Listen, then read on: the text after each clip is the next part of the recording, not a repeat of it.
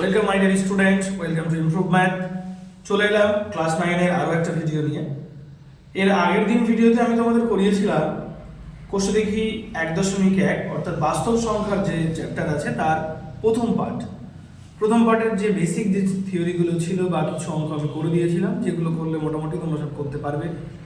আজকে আমি এই 1.2 যে চ্যাপ্টারটা আছে আমি কেডি লিখে রেখেছি, এর মানে হলো কোষে দেখি 1.2। তো কোষে দেখি 1.2 এর প্রথমে যে শর্টগুলো আছে সেগুলো বলি, তারপরে মূলত এখান থেকে যে প্রশ্নটা পড়ে তার বিষয়ে বলছি। এবং প্রথমে 1.1 দেওয়া আছে দুটি মূলত সংখ্যার সমষ্টি সর্বদা মূলত সংখ্যা হবে। তো দেখা যাক আদৌ সেরকম হয় কিনা। যে কোনো দুটি মূলত সংখ্যা তোমরা বলো দেখি, যার যা খুশি বললেই হবে। যে কোনো দুটো, যে কেউ বললেই হবে, মূলত সংখ্যাই বলতে পারছি না। 7/3, 3/4, এখন দুটো যোগ করলাম, 3 আর 4 12। তাহলে এই 4 এখানে কি মানে এই 3 দিয়ে 12 ভাগ করতে হয়, কত হয়? 4 হয়। সেই 4 এর উপরে কি গুণ হবে? 4 7 28 যোগ 4 দিয়ে 12 ভাগ করতে কত হয়? 3 হয়। সেই 3 এর উপরে কি গুণ হবে? 3 যোগ 9। তাহলে এখানে যোগ করে 37/9। এখন p/q আকারে প্রকাশ করতে পেরেছি তো। যেখানে দেখো নিচে কত হচ্ছে 12, এ তো 0 না, দেখে না পরস্পর মৌলিক। তাহলে যে কোনো দুটি মূলত সংখ্যা যদি আমি যা খুশি, যে কোনো দুটি মূলত সংখ্যার যদি আমরা যোগ করি তারা সর্বদাই মূলত সংখ্যা হবে। তাহলে প্রথম যে উক্তিটি বলেছিল সেই উক্তিটি তাহলে সত্য হবে। দ্বিতীয় উক্তি বলছে দুটি অমূলত সংখ্যার বর্গের সমষ্টি সর্বদা অমূলত হবে। অমূলত মানে এই বিষয়টা আজকে আমি তোমাদের বলিনি, এর আগের দিন ওটা বলেছিলাম। সেটা হচ্ছে যেগুলোকে রুটের বাইরে বের করে আনা যায় না। তাহলে √3 একে তুমি রুটের বাইরে বের করে আনতে পারবে না। তাই √3 হচ্ছে অমূলত। যেমন আমি √4 নিলাম, √4 মানে দেখো 2 গুণ 2 মানে কত? 2। দেখো √4 কে রুটের বাইরে বের করে আনতে পারছি। তো যেগুলোকে রুটের বাইরে বের করে আনতে পারছি তারা মূলত, কিন্তু যাদেরকে রুটের বাইরে আনতে পারছি না তারা অমূলত। এখানে বলতে চাইছে যে কোনো দুটি অমূলত সংখ্যা তার বর্গের সমষ্টি সর্বদা অমূলত সংখ্যা হবে। তো এর জন্য যে কোনো দুটো অমূলত সংখ্যা নিই যা রুটের বাইরে বের করে আনতে পারবো না। তো আমি একটা √3 নিলাম আর একটা √2 নিলাম। এদের বর্গের সমষ্টি, বর্গ মানে কি? হোল স্কয়ার করতে হবে। তো √3 বর্গ মানে কত? √3 স্কয়ার, সমষ্টি মানে যোগ, আবার √2 স্কয়ার। এবার এই স্কয়ার মানে দুবার করে গুণ আছে, তাহলে আমি কি লিখতে পারি? √3 গুণ √3 যোগ √2 এই গুণ √2 গুণ √2। এবার নিয়ম হলো রুটের ভিতরে এই যখন গুণফল আকারে থাকে দুটো রুটের যদি গুণ করা হয় তাহলে ওদের গুণফলের রুট নেওয়া যায়। তাহলে কি করা যাবে? √3 গুণ 3 লেখা যাবে, মাঝখানে যোগ দিয়ে দিলাম। √2 গুণ 2 করা যাবে, দুটো 3 এর জন্য একটা 3 বাইরে বেরিয়ে আসবে, মাঝখানে যোগ দিয়ে দিলাম। দুটো 2 এর জন্য একটা 2 আসবে, তাহলে কত পাচ্ছি? 3 আর 2 যোগ করে 5। 5টাকে দেখো তো 5/1 আকারে প্রকাশ করতে পারি না? পারি তো। নিয়েছিলাম কি? দুটো অমূলত সংখ্যা, পেলাম কি? মূলত সংখ্যা। তাহলে দুটি অমূলত সংখ্যার বর্গের সমষ্টি এরা সর্বদাই মূলত সংখ্যা হবে। কিন্তু আমার এখানে বলা ছিল যে দুটি অমূলত সংখ্যার বর্গের সমষ্টি, আচ্ছা এখানে শুধু সমষ্টি বলেছিল। দুটি অমূলত সংখ্যার সমষ্টি, দেখতে ভুল করেছি, দুটি অমূলত সংখ্যার সমষ্টি সর্বদা অমূলত সংখ্যা হবে। এই উক্তিটা সত্য কথা বলছে। আমি তো বর্গের সমষ্টি নিয়ে দেখালাম, একটু দেখতে ভুল করেছি সেই জন্য। ধরো এই √3 প্লাস √3 এই যেটি কখনো রুটের বাইরে বের করে আনা যাবে? যাবে না তো। তাহলে দুটি অমূলত সংখ্যার সমষ্টি সর্বদা অমূলত সংখ্যা হবে। আমি একটু দেখতে মিস্টেক করে বর্গের সমষ্টি বলেছিলাম, বর্গের সমষ্টি বললে সেটা মূলত সংখ্যা হবে। এটা তো আমাদের নেই, একটা নতুন জিনিস জানা গেল। দুটি মূলত সংখ্যার গুণফল সর্বদা মূলত সংখ্যা হবে। উদাহরণ দেওয়া যায়, দুটি মূলত সংখ্যা যা খুশি বলতে পারো। ধরো 2 একটা মূলত সংখ্যা নিলাম আর 3 আর একটা মূলত সংখ্যা নিলাম, গুণ করলাম কত? 6। তুমি এবার আমি তো একটা হবে করে দেখালাম মূলত সংখ্যা, হবে না বলে মনে হচ্ছে একটা উদাহরণ দাও যেটা মনে হচ্ছে হবে না। বা যে কোনো দুটি মূলত সংখ্যা বলে আমি গুণ করে দেখেন। 3/4 আর কত 5/1 উপরে কত 3 আছে 15/4 মূলত সংখ্যা। তাহলে যে কোনো দুটো মূলত সংখ্যার গুণফল সর্বদা মূলত সংখ্যাই হবে। তাহলে তৃতীয় উক্তিটা সত্য, দুটি অমূলত সংখ্যার গুণফল সর্বদা মূলত সংখ্যা হবে। দুটি অমূলত সংখ্যার গুণফল, তো দুটি অমূলত সংখ্যা ধরো এই √3 গুণ √2 নিলাম, কত হচ্ছে √3 গুণ 2 মানে কত √6, তো বের করে আনা যাচ্ছে না। এবার আমি কি পেলাম, দুটি অমূলত সংখ্যার গুণফল অমূলত সংখ্যা পেলাম।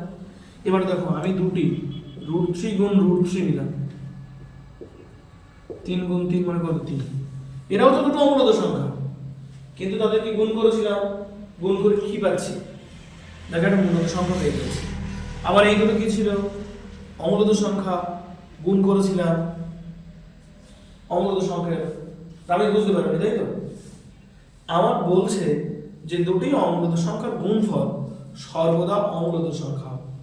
তো আমি এবার চেক করে করে দেখব যে আদৌ উক্তিটা কতটা সত্য। প্রথমে আমি দুটো আলাদা আলাদা রুট নিলাম, √3 অমূলত সংখ্যা, √2 অমূলত সংখ্যা।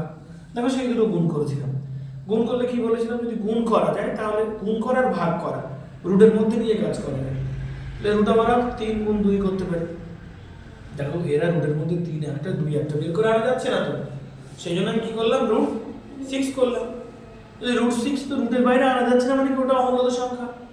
এবার এর বেলায় আছে আমি দুটো অমূলত সংখ্যা নিলাম, একটা √3 আরো একটা √3 নিলাম, সর্বদা বলছি না সবগুলো কম্বিনেশনের জন্য সত্য।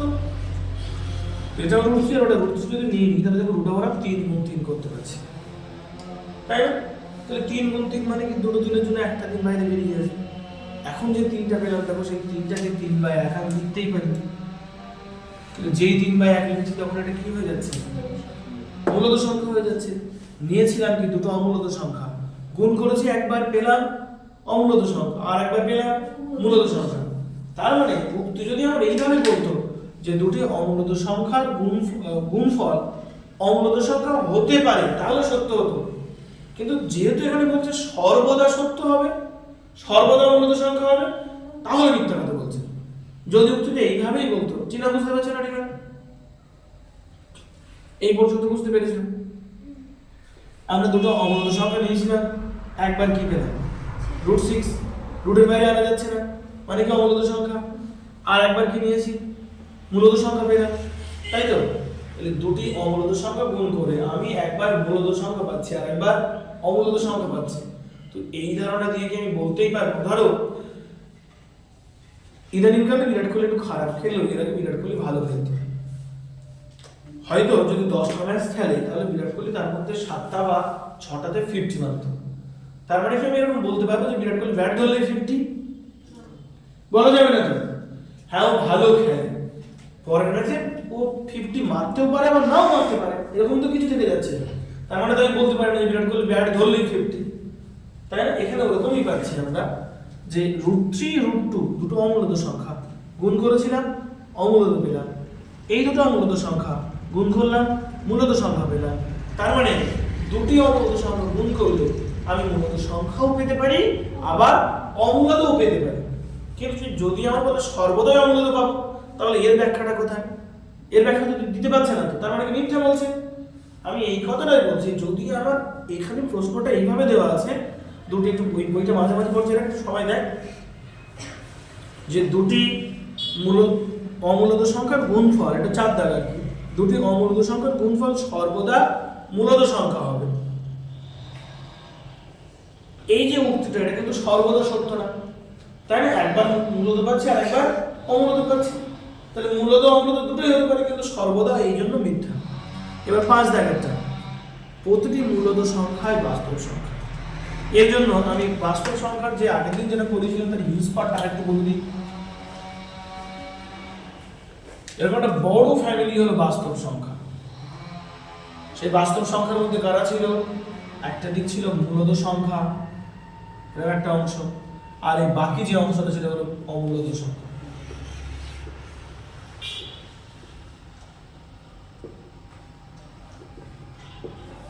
এই মূলত সংখ্যার মধ্যে আবার ভাগ ছিল, কি ছিল? পূর্ণ সংখ্যা ছিল। সেই পূর্ণ সংখ্যা, তাহলে এই যে গোলটা, এই গোলটা কি বললাম?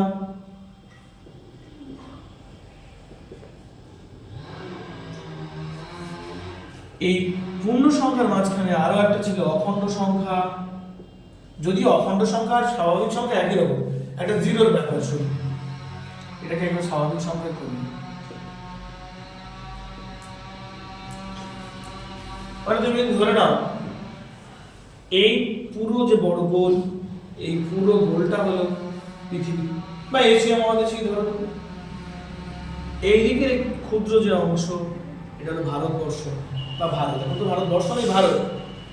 তার ভিতরে এই ক্ষুদ্র অংশটা তুমি ধরে নিচ্ছ পশ্চিমবঙ্গ, তার ভিতরে ক্ষুদ্র অংশটা হলো উত্তর 24 পরগনা। এইভাবে আস্তে আস্তে ভাগ করা হচ্ছে। ওরা আবার বলছে তাহলে এই পুরো অংশটা কিন্তু এশিয়া মহাদেশ। ওরা কি বলেছিল? যে মূলত সংখ্যা, এই যে মূলত সংখ্যা, তাহলে এই মূলত সংখ্যাটা কি এই এশিয়া মহাদেশের মধ্যে না? এশিয়া মহাদেশেরই ভিতরে তো। তা এই মূলত সংখ্যাটা কার মধ্যে? বাস্তব সংখ্যারই ভিতরে তো। তার মানে কি সব মূলত সংখ্যা বাস্তব সংখ্যা? কিন্তু সব বাস্তব সংখ্যা মূলত সংখ্যা না, তাই না?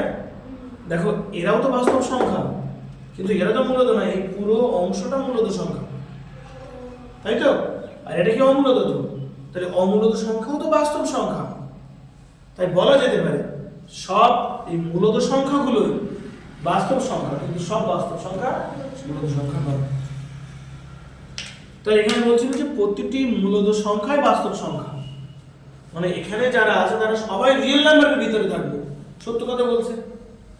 তারপরে যেটা বলছে প্রতিটি বাস্তব সংখ্যাই অমূলত সংখ্যা, প্রতিটি বাস্তব সংখ্যাই অমূলত সংখ্যা।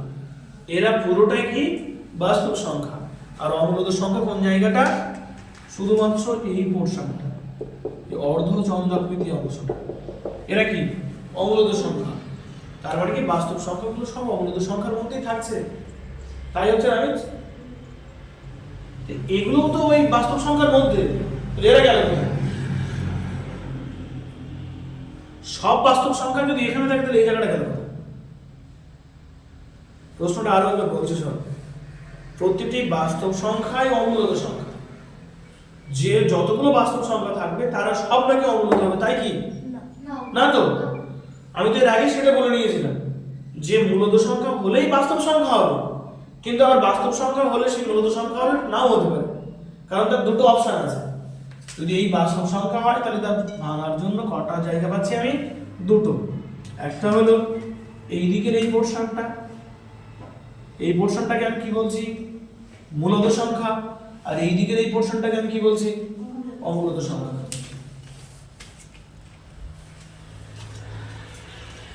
তাহলে অমূলত সংখ্যা তো এইখান থেকে এইটুকু পোর্শন, তার মানে অমূলত সংখ্যাই যে সমগ্র মানে বাস্তব সংখ্যা তা তো না, অমূলত সংখ্যা ছাড়াও আরো কিছু বাস্তব সংখ্যা আছে।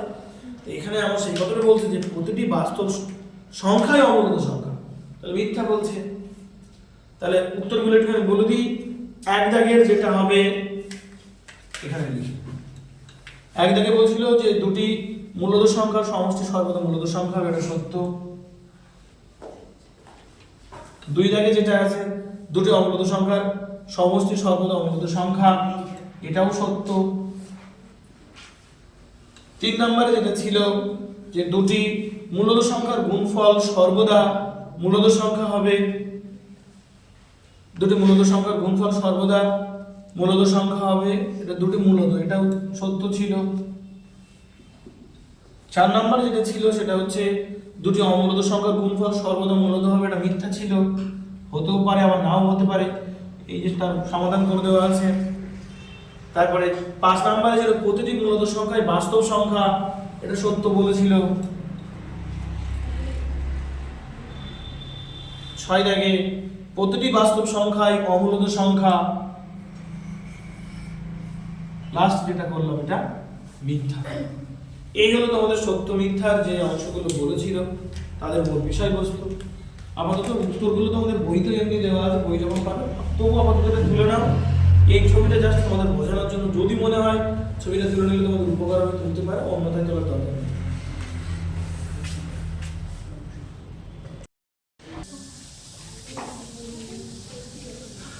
এরপরে দেখো 2 দাগের যে অঙ্কগুলো আছে সেই অঙ্কগুলো।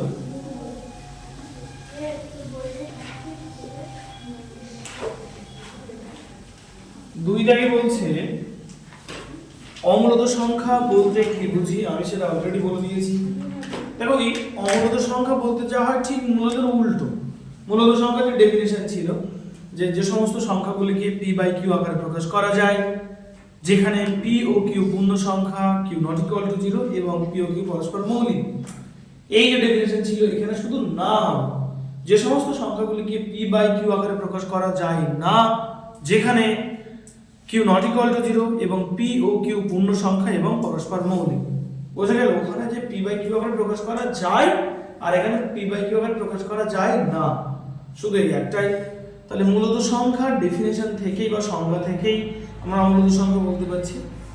এরপরে যেটা এখানে বলেছি আমাদের 4টি অমূলত সংখ্যা লিখে দিতে হবে। তো অমূলত সংখ্যা লিখতে গেলে আমি একটা পদ্ধতি বলবো, সেই পদ্ধতি খেয়াল রাখলে কোনো মতেই তোমরা ঠকবে না। সেটা হলো দেখো যে কোনো একটা তুমি কত দিয়ে অমূলত সংখ্যাটা শুরু করতে চাও, কত দিয়ে যা বলবো আমি তাই দিয়ে শুরু করবো, তারপর আমি সেটা নিজের মতো করে 3 দিয়ে। তাহলে 3 দশমিক। অমূলত সংখ্যা সর্বদাই কিন্তু দশমিকে থাকবেই, দশমিক ছাড়া অমূলত সংখ্যা আমরা এইভাবে প্রকাশ করতে পারবো না। মূলত যে √3 লিখি, √3 এরও কিন্তু দশমিক বিস্তার আছে, তাই না? দশমিক বিস্তার দিয়ে আমরা সাধারণত এগুলো করবো 3 পয়েন্ট। তারপরে আমি ধর 1 নিলাম, এবার রিপিট আনবো। রিপিটে আমরা সাধারণত আনার চেষ্টা করবো 1, 3, 5, 7 এই সবগুলো, বা অন্যান্যগুলো আনলেও হবে, কোনো রকম সমস্যা নেই। আমি 1 তারপরে 3 দিয়ে দিলাম, আমি আমার মতো দিয়ে দিই। তোমার যদি মনে হয় যে 4 নেবো, কোনো সমস্যা নেই, 4 নেওয়া যাবে। 1, 4 নিলাম। এর মধ্যে ফিক্সড রাখতে হবে তুমি কোনো একটা সংখ্যা স্থির রেখে তার পরপর একটা সংখ্যা বারবার বাড়াবে। তুমি কোনটাকে স্থির রাখতে চাও এর মধ্যে 1 আর 4 এর মধ্যে? কোনটাকে স্থির রাখতে চাইছো? 4টা। যদি 4 আমরা স্থির রাখি, প্রথমে 1, 4 গেল, এরপরে 1 দুবার আসবে, তারপরে আবার 4 রেখে দিলাম। আমি তো 4 স্থির রাখবো বলেছি। এরপরে 3, এই 1 3 বার আসবে, তারপরে আবার 4, তারপরে 1 4 বার আসবে, তারপরে আবার 4, এই একটা অঙ্ক সংখ্যা। আমি এই পর্যন্ত এসব ডট ডট দিতে পারি, কোনো রকম সমস্যা নেই। অন্তত পক্ষে 3টে কম্বিনেশন দেখাতে হবে। তো 1 4 1 1 4 এই দুটো কম্বিনেশন, এই 3টে কম্বিনেশন, অন্তত পক্ষে তোমাকে 3টি কম্বিনেশন দেখাতেই হবে। 4টে 5টা 6টা 10টা দিলে সেটা তোমার ব্যাপার, সেটা সময় যাবে। আর একটা অমূলত সংখ্যা থেকে কে বলতে পারে? যা খুশি হবে তো। আমি একটা লিখছি, বল দেখি। 5 দশমিক 2 4 বল।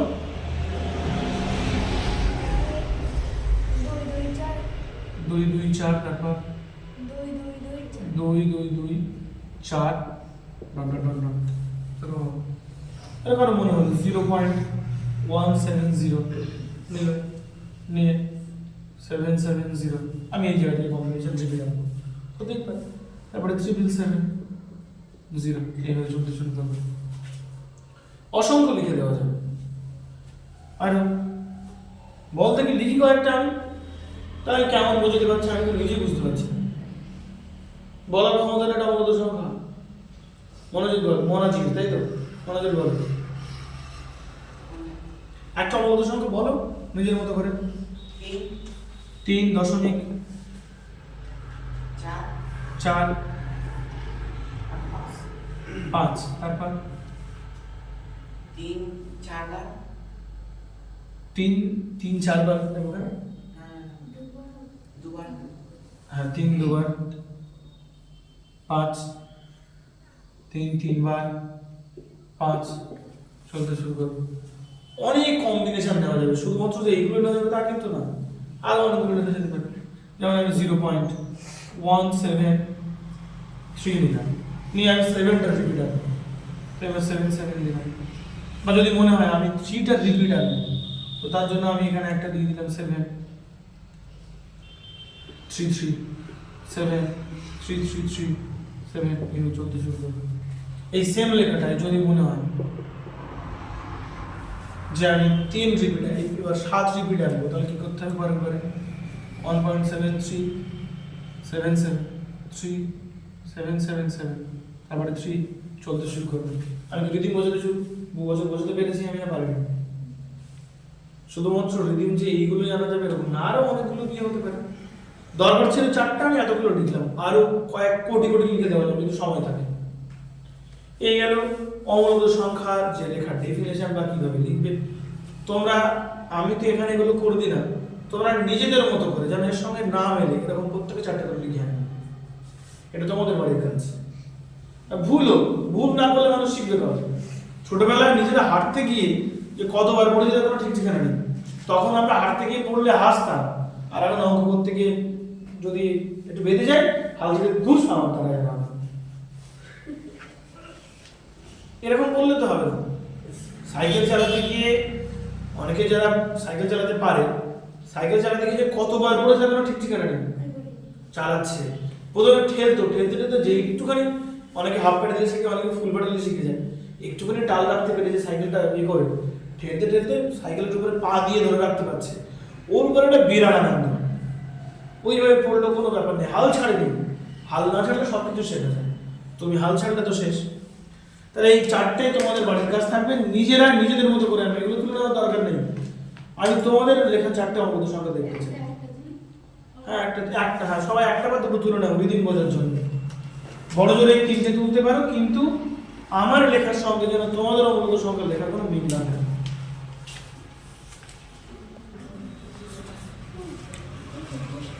এরপরে 3 দাগের যে প্রশ্নগুলো আছে সেইগুলো, এর একটা সহজ প্রসেস আছে। অ্যাকচুয়ালি আমি অলরেডি এগুলো বলেই দিয়েছি।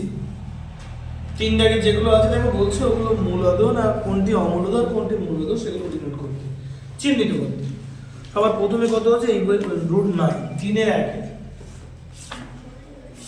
√9 মূলদ না অমূলদ এইগুলো বলার জন্য আমাদের যেটা করতে হবে, এই রুটের ভিতরে যেটা থাকবে সেটাকে ভাঙতে হবে। 9কে যদি ভাঙি আমরা কি কি পাবো বলো? 3 3 কে 9। তাহলে দেখো রুটের ভিতরে এটা হচ্ছে 3 গুণ 3, তার মানে কত 3। তাহলে মূলত সংখ্যা এটা এরকম একদমই সহজ জিনিস। এটা একেবারে সহজ গেল, একটু বড় সড়ো দেখি করি। ধর 225টা করে, দুই জায়গাটা বেশ বড় সড়ো আছে, √225। একেও ভাঙতে হবে, শেষে 5 আছে মানে 5 দিয়ে ভাগ করা যাবে। 5 দিয়ে ভাগ করলে কত হচ্ছে? ভাগটা মনে মনে হবে।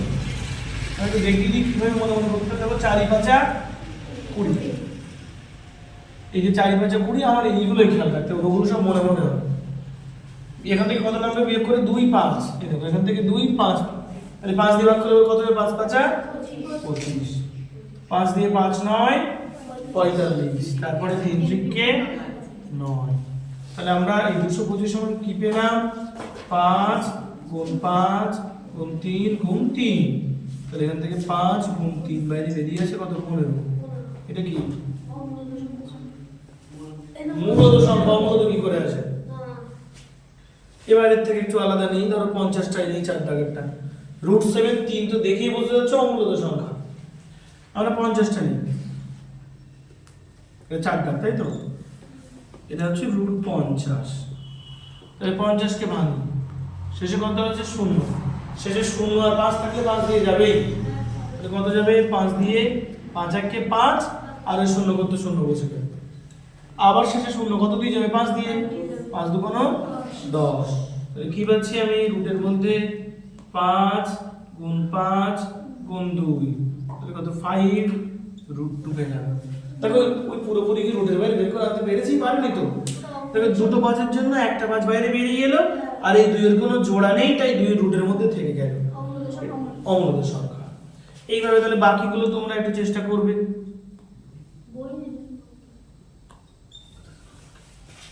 মোবাইল যেখানে আছে বাড়িতে, তাহলে আর কোনো সমস্যা, নাম্বার নিয়ে গ্রুপ ক্রিয়েট করবো, হয়ে যাবে। গ্রুপে পাঠিয়ে দেবো, সেখান থেকে নিয়ে করা যাবে। এই গেল একটা অংশ। এখান থেকে মূলত 1.2 যে চ্যাপ্টারটা, আচ্ছা আপাতত একটু তুলে নাও, পরেরটা আমি নোট করছি। এরপরে এই 1.2 যে চ্যাপ্টারটা, এর থেকে মূলত যেটা আমাদের পরীক্ষায় আসে সেটা করবো। এবং 4 দাগে যেগুলো আছে 4 5 6, এই অঙ্কগুলোই কিন্তু আসে পরীক্ষায়। কিভাবে লিখবো কিভাবে করবো পুরোটাই বলবো। সংখ্যা রেখায় √5 এর অবস্থান নির্ণয় করো। √5 একটা অমূলত সংখ্যা, তাই না? আমরা এর আগে সংখ্যা রেখা স্থাপন করেছি, সেগুলো সব মূলত সংখ্যা, কিন্তু অমূলত সংখ্যার যে স্থাপন সেগুলো কিন্তু আমরা এর আগে করে নিই। তো সেই জন্য অমূলত সংখ্যাকে কিভাবে আমরা সংখ্যা রেখা স্থাপন করব সেইগুলো আমরা এখানে শিখব। দেখো সংখ্যা রেখা, এখানে আমি অমূলত সংখ্যা বসালেও সংখ্যা রেখায় আমরা বিন্দুগুলো কেমন পাই? 1 2 3 4 5 0 -1 -2 -3 এইভাবে চলতে শুরু করে না? এরকমই তো পেয়ে থাকি আমরা। তো সবার প্রথমে আমাদের দেখতে হবে আমাদের যে অমূলত সংখ্যাটা দিয়েছে সেই অমূলত সংখ্যাটা সংখ্যা রেখায় কোন কোন মূলত সংখ্যার মাঝখানে অবস্থিত।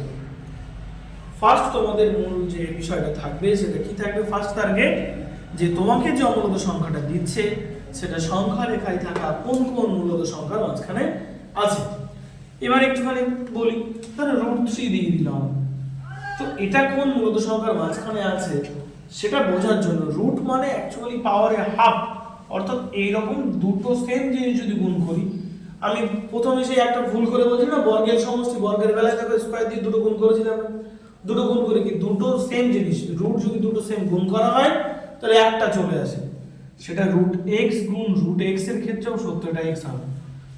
রুট জাতীয় জিনিস স্কয়ার করলে অর্থাৎ দুবার গুণ করলে রুট আউট হয়ে যাবে, কি ভিতরে যা থাকে সেটাই উত্তর হবে। তাহলে √3 গুণ √3 যদি করি তাহলে কত পাবো? 3 পাবো। অর্থাৎ এক কথায় কোন একটা অমূলত সংখ্যা √3 নিয়ে তার যদি আমি স্কয়ার করি তবে একটা মূলত সংখ্যা পাবো। তো সেই জন্য আমরা সংখ্যা রেখায় যেগুলো জানি, ধরো সংখ্যা রেখায় কত আছে আমাদের 1 2 এটা লিখে নিয়েছি, প্রত্যেকটারই বর্গ করতে হবে। এটা বোঝার জন্য কোথায় অবস্থিত, 1 এর বর্গ 1 দুবার গুণ করে 1 কে 1, 2 দুবার গুণ করলে 4, 3 দুবার গুণ করলে 4, দুবার গুণ করলে 5, দুবার গুণ করলে 25। আশা করি আমি পুরো বিষয়টা বোঝাতে পেরেছি। এবার তোমাকে কততম রুট দিতে বলছে সেটা তার উপর নির্ভর করবে। দেখো আমাদের প্রথম যেটা আছে 4 দাগে, সেই 4 দাগে বলছি √5। আমাদের প্রথম কাজ হচ্ছে √5 এর স্কয়ার করলে ভিতরে 5টাই হবে, তাই তো? দেখতে হবে এই 5 এই স্কয়ার করার মধ্যে কার কার মাঝখানে অবস্থিত।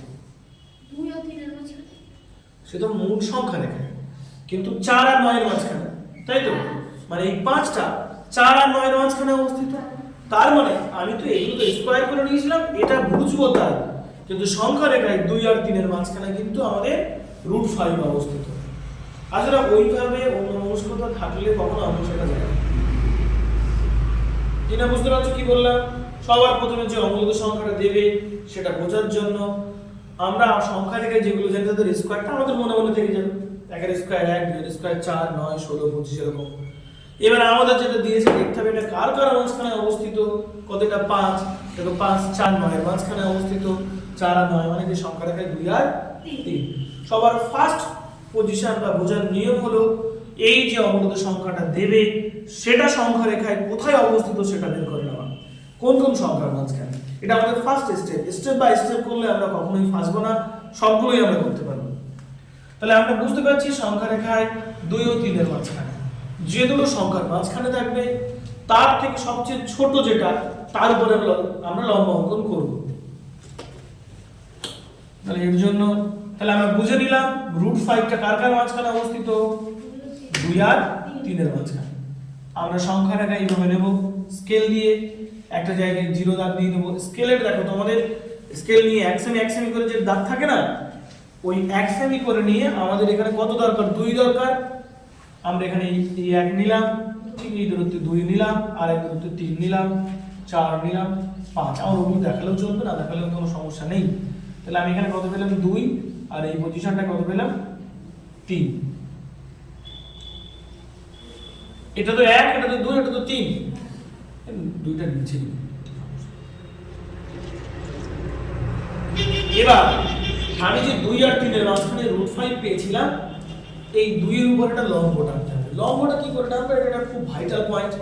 তো আমরা এখান থেকে এই পর্যন্ত নিয়ে এর উপরে 90 ডিগ্রি আঁকতে পারি।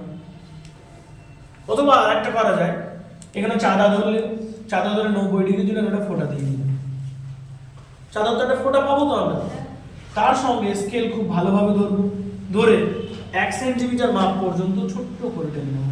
এইখানে যে মাপ, এই যে 1 সেন্টিমিটার করে নিয়েছিলাম, এখানেও সেম মাপ দিতে হবে। এরকম 1 সেন্টিমিটারের লম্ব নামানো হয়। 1 সেন্টিমিটার একটা লম্ব এখানে। এটা বুঝতে কারো কোনো সমস্যা আছে? কিভাবে করবে?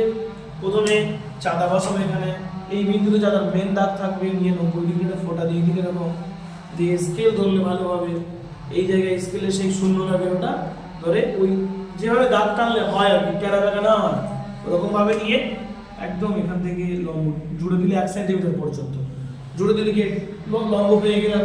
পেয়ে যাওয়ার পরে স্কেল দিয়ে এই বিন্দুর সঙ্গে এই বিন্দুটা জুড়ে দিবে, দিয়ে এই বিন্দুর একটা নাম দিয়ে দেবে বিসি, যা কিছু লিখবার কোনো সমস্যা নেই। বোঝা গেল? এবার লেখাটা কিভাবে লিখবো, ঠিক যা যা করেছে কোনো তাই লিখবো। এখানে হচ্ছে সংখ্যার একটা √5 এর অবস্থা।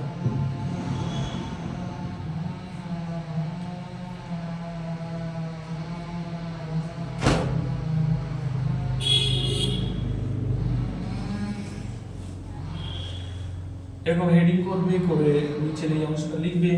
লেখার পরে দেখো সংখ্যা রেখায় এই যে 0 বিন্দুটা, এখানে একটা আমরা নাম দিয়ে দিলাম ও, এই জায়গাটায় দিয়ে দিলাম এ, এই পজিশনটা দিলাম বি। ওই দাগটা কেন ভিতরে নিয়েছি সেটা পরের একটা তোমরা বুঝতে পারবে। এই এর ক্ষেত্রে আমরা উপরে বি দিলেও কোনো রকম সমস্যা হতো। এই যে বি বিন্দুটা, তো এখানে দিলেও কোনো সমস্যা নেই, তখন উপর দিয়ে কখনো কখনো বক্রটা চলে আসার ভয় আছে, এটা একটু পরে বুঝতে পারবে। তাহলে আমরা সবার প্রথমে কি করেছিলাম, ও বিন্দুতে 2 নিয়েছিলাম, তাই না? সংখ্যা রেখায় ও বিন্দুতে 0 স্থাপন করলাম, এবং 2 যে বিন্দু সেই বিন্দুতে এই বিন্দু নিলাম। সংখ্যা রেখায় যে 2 সেই বিন্দুতে এই বিন্দু নিলাম, নিয়ে কি করেছি, এই যে ও এ রেখা, ওর উপরে দেখো এবিটা লম্ব অঙ্কন করেছিলাম, তাই তো? লম্ব অঙ্কন করেছি যাতে এবিটা এখানে ঠিক যা হয় এখানেও সে 1 একক হয়। বলতে পেরেছি না পারিনি? এর এই মাপটা তো 1 সেন্টিমিটার, তো তার মানে তো 1 একক, তো ঠিক না? বুঝতে পারছো? তারপরে কি করেছি, এই দুটো জুড়ে নিয়েছি, দেখো সেইগুলোই লিখবো। প্রথমে সংখ্যা রেখায়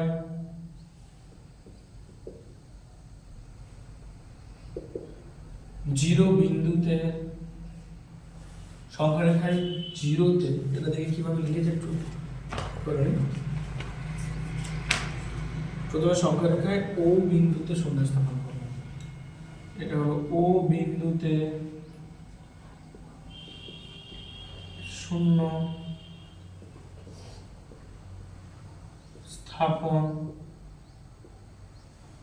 করিলাম। এরপরে কাজ হচ্ছে সংখ্যা রেখার উপরে এই বিন্দু এমন ভাবে নিলাম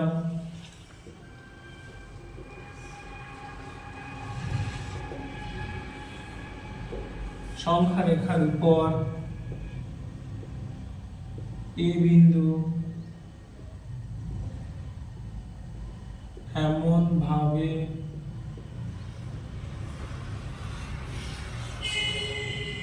নিলাম যাতে ও এ সমান। এই বিন্দুটা কোন পজিশনে আছে, এই পজিশনে, যাতে করে ও এ কত একক হচ্ছে, কতটা দূরত্ব, ও এ কতটা দূরত্ব, 2 না? এটা 1 আর এটা তো এই মিলে 2, তো তাহলে ও এটা টোটাল কতটা পাচ্ছি, 2। তাই লিখবো যাতে ও এ সমান 2 একক হয়। এই লেখাটা প্রত্যেকটার ক্ষেত্রে কমন থাকে। প্রথমে সংখ্যা রেখায় 0 বিন্দুতে ও বিন্দুতে শূন্য স্থাপন করলাম, এবং সংখ্যা রেখায় এ বিন্দু এমন ভাবে নিলাম যাতে এইখানে আমাদের ও এ সমান 2, তাই ও এ সমান 2 একক লিখেছি। যদি কোথাও 1 থাকতো তাহলে ও এ সমান 1 লিখতাম, যদি কোথাও 3 প্রয়োজন হতো তাহলে ও এ সমান 3 একক লিখতাম। বোঝা গেল? চেঞ্জেবল জায়গাটা আমি শুধু একটুখানি চেঞ্জ করে দিই, কালি চেঞ্জ করে। এরপরে যে প্রত্যেকটা ক্ষেত্রে কিন্তু এইগুলো, এটা কমন, শুধু চেঞ্জ হবে এখান থেকে এই দূরত্বটা, ও এটা চেঞ্জ হবে। এরপর ও এ লম্ব এ বি অঙ্কন করিলাম। এটা তো অঙ্কন করেছি, এঁকেছি তো, ওটা ছিল কি আগে থেকে? এই যে লম্বটা ছিল না, তো চাঁদা দিয়ে এঁকে নিয়েছি আমি, তাই লিখলাম ও এ এর উপরে এ বি, এই রকম চিহ্নটা হলো লম্বের চিহ্ন। কি বললাম? এটা লম্বের চিহ্ন। তাহলে ও এ লম্ব এ বি অঙ্কন করিলাম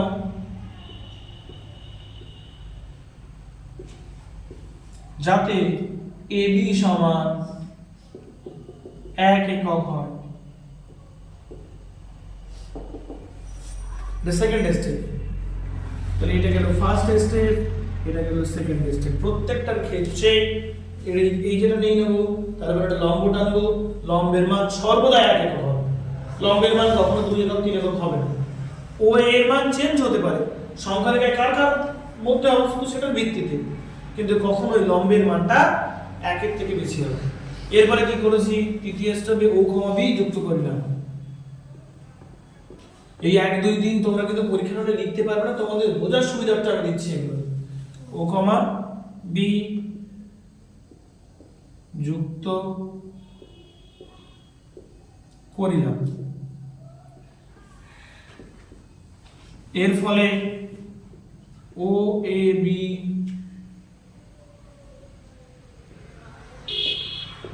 ত্রিভুজ ও এ বি সমকোণী ত্রিভুজ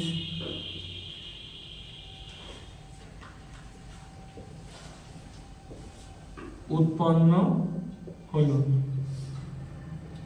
যার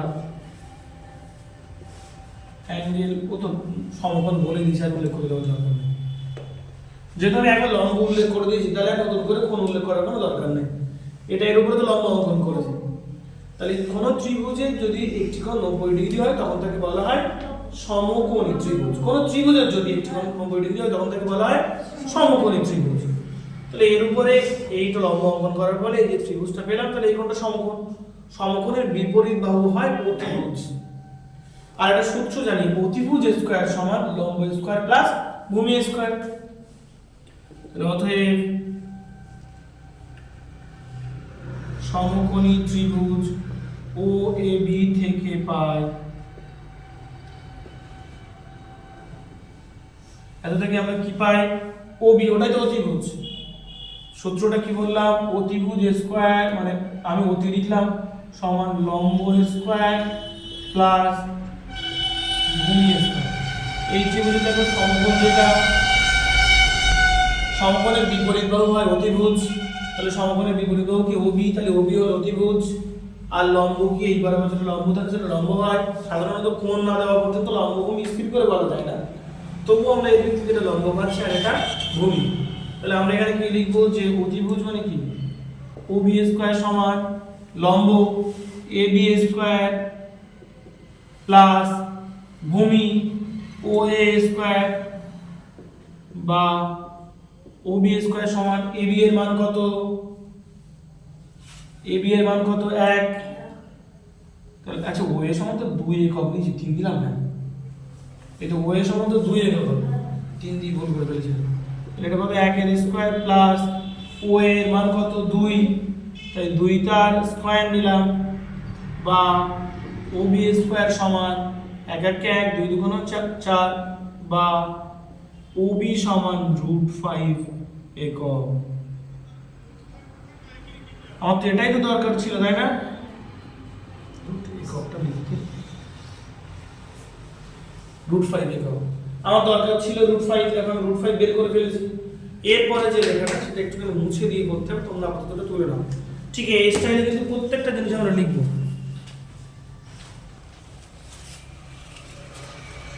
এরপরে যে লেখাটা হবে সেটা আমি এখানে লিখে দিচ্ছি। তাহলে এরপরে ওবি কে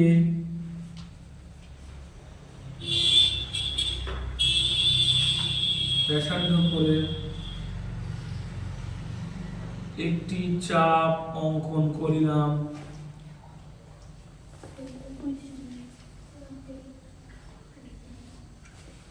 এখানে যেটা আমরা লাস্ট পেয়েছিলাম, দেখো আমাদের √5 প্রয়োজন ছিল, √5 পেয়েছিলাম, তার নামটা কি ছিল ওবি, তাই বলছি ওবি কে ব্যাসার্ধ করে। যদি আমরা এখন ওসি পেতাম তাহলে ওসি কে ব্যাসার্ধ করে লিখতাম, যদি ওডি পেতাম তাহলে ওডি কে ব্যাসার্ধ করে লিখতাম। বুঝে গেল, যেটা আমাদের লাস্ট দরকার তার নাম অনুযায়ী লিখতাম। ব্যাসার্ধ করে একটি চাপ অঙ্কন করিলাম, যাহা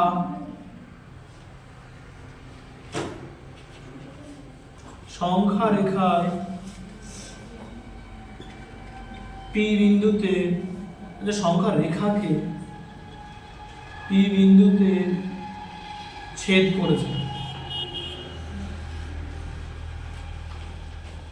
কেমন না, এবার এখান থেকে কম্পাসের সাহায্যে, তোমাদের যে পেন্সিল কম্পাস থাকে, এই মাপটা নেবে, নিয়ে এইভাবে একটা চাপ অঙ্কন করতে হবে।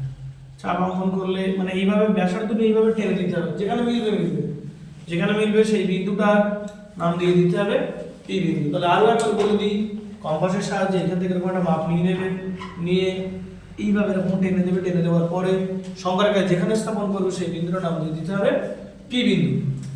এই যে পি বিন্দুতে ছেদ করবে, পি বিন্দুর অবস্থানই হলো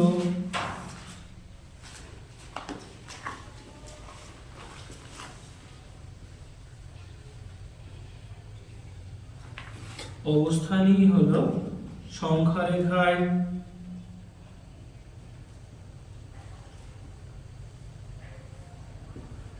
√5 এর অবস্থান।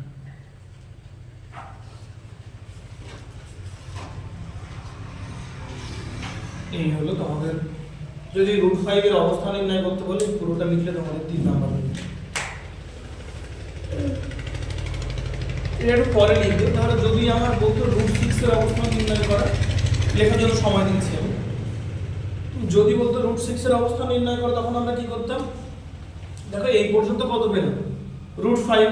তখন আর এখান থেকে এই দাগটা একেবারে শেষে গিয়ে টানবো, যখন আমরা আমাদের লক্ষ্যে পৌঁছে যাব তখন। এবার এখান থেকে এটা আমরা কি পেলাম? তাহলে এই বিন্দুটা √5। এবার আমি ওই জন্য বি বিন্দুটা তখন ভিতরে নিতে বলেছিলাম, এর উপর লম্ব অঙ্কন করলে তখন বির উপরে দাগ পড়ে যাবে। এবার এখানে আবার চাঁদা ধরবো, চাঁদা ধরে এর উপরে নিয়ে আমি লম্ব অঙ্কন করবো, হয়তো এখানে ফোঁটা দিলাম, এরকম জায়গায় পড়বে। নিয়ে এখান থেকে সেই ঠিক যে নিয়মটা এখানে করেছিলাম ওই নিয়মটা করবো, ফোঁটা দিয়ে দিলাম, দিয়ে লম্বের যে দাগ এলো স্কেলের সাহায্যে এখান থেকে এরকম ভাবে ওর উপরে একটা 90 ডিগ্রি এঁকে দিলাম। এমন ভাবে নেবো যেন এর মানও 1 একক। তাহলে তখন সেই বিন্দুটার নাম দিয়ে দিলাম ধরো সি, তারপরে ও আর সি বিন্দু যোগ করে দিলাম। তখন আমরা কি বলবো? এর পরে যে লেখা, এর পরে তখন লিখতে হতো এইভাবে যে আবার ওবি লম্ব বিসি অঙ্কন করিলাম, তাই না? দেখো আমি এই পর্যন্ত করে নেওয়ার পরে আবার তো আমার ওবি এর উপরে বিসিটা লম্ব অঙ্কন করতে হচ্ছে, আবার ওবি লম্ব বিসি অঙ্কন করিলাম যাতে বিসি সমান 1 একক হয়। এখানে আমরা বলবো অ্যাকচুয়ালি এটা হচ্ছে 4 নাম্বার পয়েন্ট, যদি ওরকম থাকে। আবার এবার কার উপরে কি লম্ব অঙ্কন করছি? ওবি লম্ব বিসি অঙ্কন করিলাম যাতে, এটা তো বিসি মান কত হবে বলো?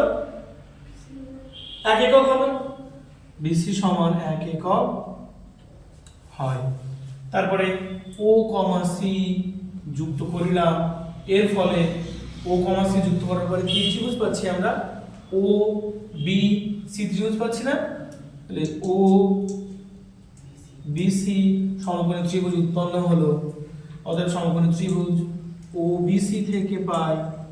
এবার অতিভুজ কে বলো তো? অতিভুজ ও বি সি, এই ত্রিভুজের অতিভুজটাকে, আরে এই কোণ তো সমকোণ, সমকোণের বিপরীত কোণই তো এই বিপরীত বাহুই তো অতিভুজ। তাহলে এবার কি হবে? ওসি স্কয়ার সমান লম্ব মানে কি? বিসি স্কয়ার, বুঝতে পারছো? প্লাস ভূমি মানে কি? OB square. এদিকে তো ওসি স্কয়ার থেকেই যাচ্ছে, মানগুলো বসিয়ে দিয়ে এখন বিসি এর মান কত? √5। এই বিসি মান তো 1, বিসি এর মান 1। ওবি এর মান কত? ওবিটা √5 না? বুঝতে পারছো না? ঠিক না? বুঝতে পারছো না? দেখো আমি যদি এই ও বিসি এই ত্রিভুজ নিই, তাহলে এই অংশটা কি? ভূমি। এই কোণ তো 90 ডিগ্রি, 90 ডিগ্রি বিপরীত বাহু হয় অতিভুজ।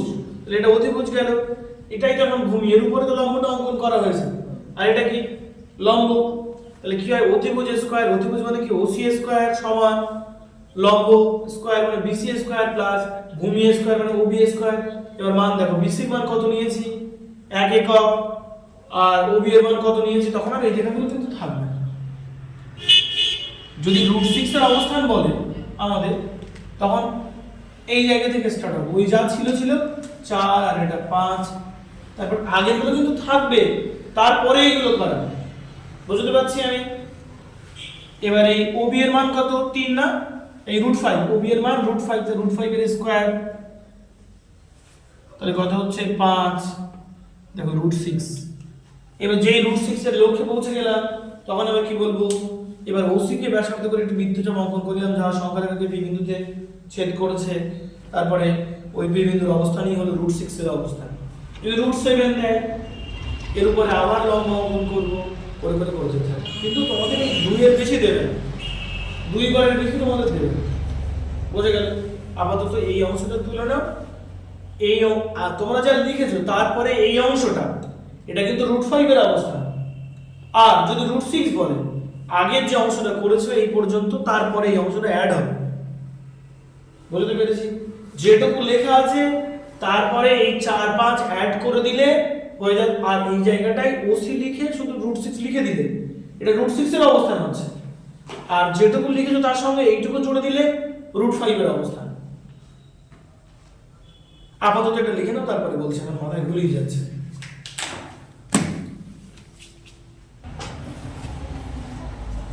এর পরপরই দেখা আছে √3 এর অবস্থান। তো √3 যদি আমরা স্কয়ার করি কত হবে? 3 হবে। এই 3 সংখ্যাটা কার কার মাঝখানে অবস্থিত? 1 আর 2 এর মাঝখানে না? 1 এর স্কয়ার কত? 1 আর 2 এর স্কয়ার কত? 4। তাহলে √3 এর অবস্থান আমি বুঝতেই পারছি এটা 1 আর 2 এর মাঝখানে অবস্থিত হবে। তো প্রথমে সংখ্যাটাকে টেনে নেব, নিয়ে এখানে একটা 0 দিলাম, 1 নিলাম, এখানে 2 নিলাম। কার কার মাঝখানে √3 অবস্থিত? 1 আর 2। তাহলে এবার লম্ব কার উপরে টানবো? ছোটটার উপরে, মানে 1 এর উপরে লম্ব টানবো। আগের বারে কি ছিল? 3 আর 4 সাথে 3, 2 আর 3 এর মাঝখানে ছিল, তাই 2 এর উপরে লম্ব টেনেছিলাম। এটা বুঝতে পারছেন? আগের বারে √3 ছিল 2 আর 3 এর মাঝখানে, তাই আমরা ওই 2 এর ওখানে গিয়ে লম্ব টেনেছিলাম। এখন কার কার মাঝখানে অবস্থিত? 1 আর 2 এর মাঝখানে। লম্বটা টানবো কার উপরে? 1 এর উপরে। তাহলে এইখানে যে 1 আছে এর উপরে একটা ছোট্ট লম্ব টেনে নিলাম, ওই 1 একক দৈর্ঘ্য নিয়ে এটা জুড়ে দিলাম। এটা ধরো A বিন্দু, এটা হলো এখানে, এটা A বিন্দু নিলাম, এটা B বিন্দু নিলাম। তাহলে আমি যদি এটা কত? 1, ভালো করে খেয়াল করো, আমি আগে যেটা নিয়েছিলাম এখান থেকে এটা কত ছিল? 2, আর এখানে এটা কত ছিল? 1। তাই দুটো কত পেয়েছিলাম? 2 2 4, আর এইখানে এই 1 যোগ করে কত হয়েছিল? 5। বুঝতে পারছো কিভাবে এসেছিল? এইখানেটা স্কয়ার করেছিলাম কত? 2 2 4, আর এটা যোগ করে পরেরটা পেয়েছিলাম কত? 5। তাহলে এটা কত? 1। তাহলে 1 এর স্কয়ার 1, আর এই 1 এর স্কয়ার 1, 1 প্লাস 1 মানে 2। তো এটা কত পাবো? √2 পাবো। আমার দরকার কত? তাহলে এর উপরে আরো একটা লম্ব অঙ্কন করব, লম্ব অঙ্কন করে জুড়ে দেবো। দিলে এই অংশটা কত? স্কয়ার করলে 2, আর এই একটা মিলে কি 3। তাহলে এটা হয়ে গেল √3। আর এর এই দিয়ে এখানে টানলে চলে আসবে। এই √3 তোমাদের বাড়িতে থাকবে। চেষ্টা করো, আমি পুরোপুরি ঠিক করে আনতে হবে সেটা বড় বিষয় না, চেষ্টা করো। আমি আমার ভিডিও ডেসক্রিপশন বক্সে একটা মানে হোয়াটসঅ্যাপ গ্রুপের লিংক পাঠিয়ে দেবো, সেখানে গিয়ে তোমরা সেন্ড করতে পারো। তাহলে আমি দেখে নিতে পারো যে তোমাদের প্রোগ্রেস কতটা হচ্ছে। আপাতত 1.2 এর ভিডিওটা এই পর্যন্তই থাকলো। যদি তোমাদের ভিডিওটা উপকারী বলে মনে হয় তাহলে অবশ্যই চ্যানেলটা সাবস্ক্রাইব করে দিও এবং লাইক কমেন্ট শেয়ার করতে ভুলো না। ঠিক আছে, ভালো থেকো, সুস্থ থেকো, দেখা হচ্ছে নতুন ভিডিও নিয়ে। Bye bye.